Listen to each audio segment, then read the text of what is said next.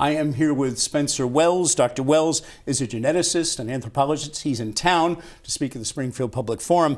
He's author of Journey of Man, The Journey of Man, A Genetic Odyssey in 2002. You may recognize the name, also a National Geographic Society and PBS documentary you've seen here on WGBY. He has since 2005 been director of the Geographic project of the National Geographic Society. Is it fair, sir, and accurate to say, terribly oversimplified for TV, that through the collection of DNA all around the world, you're basically charting how all of our ancestors gradually traveled and populated the planet? Yeah, absolutely. I mean, what we're doing is really trying to answer an age-old question, a deeply human question. Where did we all come from? You know, I think we all ask ourselves at some point or another. And it turns out you can use the tools of modern science, and in particular molecular genetics, to answer that question, to track how we're related to each other, where we descend from as a species ultimately, so our origins, and then the journey that we've gone on around the planet. So yeah, we're using DNA to basically track human migration patterns. In the documentary, in your book, your DNA analysis basically tells you we are all descendants of one man, one human, who lived in Africa a long time ago, 60 to 90,000 years ago. What was it like when you realized that? I mean, what an amazing discovery. Well, okay, so we're talking about the Y chromosome in this case, and this is the little chunk of DNA that makes men men, and it's passed down through a purely male line, obviously, so boys get it from their fathers, their grandfathers, and so on. And it is a statistical inevitability that if you trace any piece of DNA like this, which doesn't recombine, which is a shuffling process that goes on in most of your genome in every generation, any non-recombining piece of DNA like the Y chromosome that gets passed down through a uniparental line, eventually you can trace everybody back to a single source. So that's not a surprise in a sense. The numbers have come up a little bit in terms of the date. So we're saying around 140,000 years ago, maybe as much as 160,000. But that's the really amazing thing that comes out of the genetic story is, you know, Darwin had speculated back in the 1870s that we're an African species, but he was thinking in terms of millions of years of evolution from ape-like ancestors and so on. The recency of that date is what's so astounding. And what's even more astounding is that some people, some groups of Africans, only started to leave that continent within the last 60,000 years. That's only about 2,000 human generations. That's what separates us from our ancestors walking on the African savannas. And within that span of time, we have populated the entire planet. We've evolved 6,000 different languages and different skin colors, body types, hair colors, all of that. All of that's happened like that in an evolutionary sense. So that's the amazing story that the DNA really tells. Not to disrespect in any way anybody's religious or cultural beliefs, but I think maybe a little tongue-in-cheek, you named this gentleman Ychromosomal Adam. Well, we could have called him Frank or Larry, but I think it's a little more evocative. He wasn't the only guy alive at the time. There were other men around. They were just kind of unlucky, if you will, in a genetic sense. Their Y chromosomes ultimately didn't get transmitted down to the present day. So they only had daughters, or they died young and didn't have kids at all, that kind of thing. He was the lucky one who gave rise to all of the male genes, the male Y chromosomes in the world. As you know, there have been those religious fundamentalists in some cases who've said, there it is. There's the scientific support for the biblical story of Genesis, the story of Adam and Eve. As a scientist, as an explorer, what's your reaction to that? Well, you know, I think religion certainly can play an important role in people's lives, and I think that it serves a lot of very important purposes. And I think that if you read the story written in Genesis the way it was originally intended by the people who wrote it down, and it was written down by people, they intended it to be a metaphor, really. And if you take it as a metaphor, you don't take it as kind of literal generations counting back and getting back to 4004 BC and so on, but metaphorically, they're telling the same story we're telling.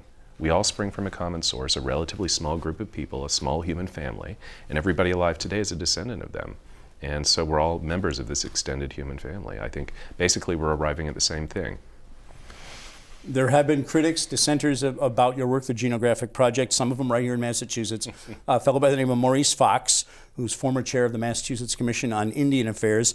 He is a Native American, a Mashpee Wampanoag. He goes by the tribal name of Strong Bear. He basically said, look, tracing us all back to one genetic source makes us all the same, takes away some of our cultural individuality. And I think one of his quotes was, you know, it makes us just like the Pilgrims, it's just maybe we arrived before they did it. Again, how does a scientist doing this very serious research, how do you react to some of this kind of question raised about the basis of what you're doing, who we are? Yeah, well, that's a very good question. I mean, really, you're dealing with two different worldviews here. You're dealing with the scientific worldview, which is really dominant in the world today, or certainly in the developed world, and the kind of pre-scientific view, the mythos versus the logos.